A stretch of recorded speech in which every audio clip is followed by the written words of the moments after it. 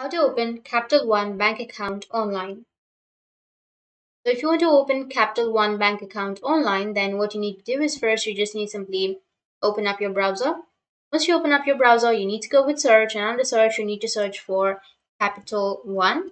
Once you've searched for it, now you need to scroll down, and here you may have bank account, or you can just simply go with the website itself.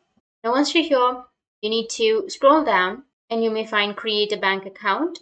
So you can just simply go with checkings and savings, and here you will have compare all accounts and rates. So you need to go with compare all accounts. Scroll down and here you will have all of the accounts, right? Which is 360 checking, 360 performance savings, 360 CDs, money teen checking, and kids saving account. So you just need to simply choose any one of these. I'll just go with the 360 checking and then go with open account. Once you've selected, this will take you to this kind of interface. Now, if you already have a Capital One login, then you can go with yes, but I don't have it, so I'll just simply go with no. And here they say that they'll ask you for your name, address, social security number, and you'll have the option to add money to your account right away.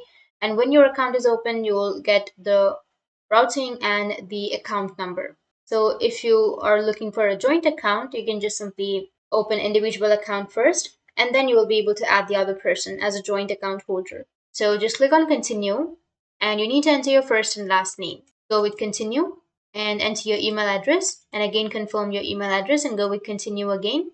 And you need to enter your mobile number with the country code. So enter your mobile number with the country code and then go with continue, and where you live. So this is the second step, which is identity. So you need to enter your residential address, your suit, and then your city, state, zip code, and everything. And in this way, you can just go and enter your information and then go with continue and go with terms and conditions, accept the terms and conditions, and then fund some money to your account, and your account will be created.